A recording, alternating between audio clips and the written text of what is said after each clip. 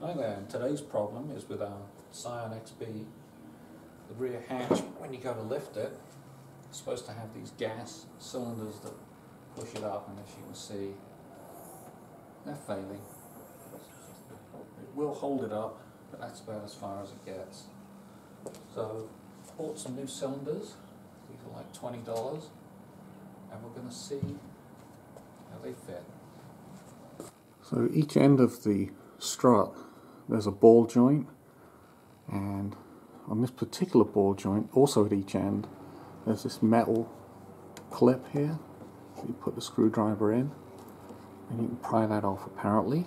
So I'm going to have a go at that, but I need somebody to support the door for me, so I'm going to have my helper do that, and we'll pop these off and see what happens. Okay, so there it is pushed out, and we'll see if we can wiggle that out in a minute. So as you can see, I've got the clip about halfway out. It's sort of resting on the plastic now, and then this comes off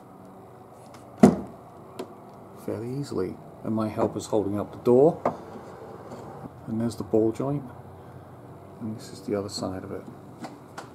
Alright, so this will be number one. Do the same at the other end.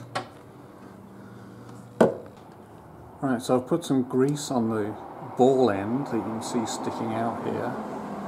The instructions say to put the rod end on first, and you're supposed to be able to just put it on. I'm kind of smearing it around. I'll clean it up after. And it snaps on. Then we take it down to this far end,